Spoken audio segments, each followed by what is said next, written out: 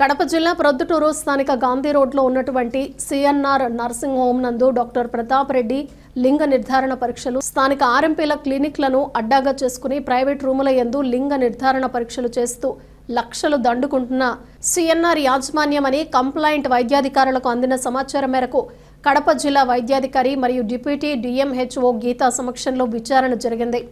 CNR nursing home నందు లింగ నిర్ధారణ పరీక్షలు జరుగుతున్నాయని రుజువైనందున మరియు వారి సమక్షంలో బయట లింగ నిర్ధారణ పరీక్షలు చేయిస్తున్నటువంటి విషయం కూడా వెల్లడైనందున ఈరోజు స్థానిక సిఎన్ఆర్ నర్సింగ్ హోమ్లో ఉన్నటువంటి స్కానింగ్ మిషన్ను మరియు స్కానింగ్ రూమ్ను సీజ్ చేసి సంబంధిత స్కానింగ్ మిషన్లను జిల్లా వైద్యాధికారుల సమక్షంలో సీజ్ చేసి సంబంధిత కార్యాలయానికి తరలించారు.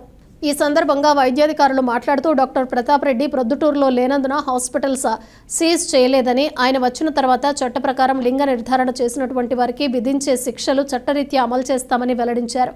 ఈ కార్యక్రమంలో deputy health education officers Venkateswarlu మరియు కుమారి, కన్సల్టెంట్ పాలేశ్వరరావు పాల్గొన్నారు.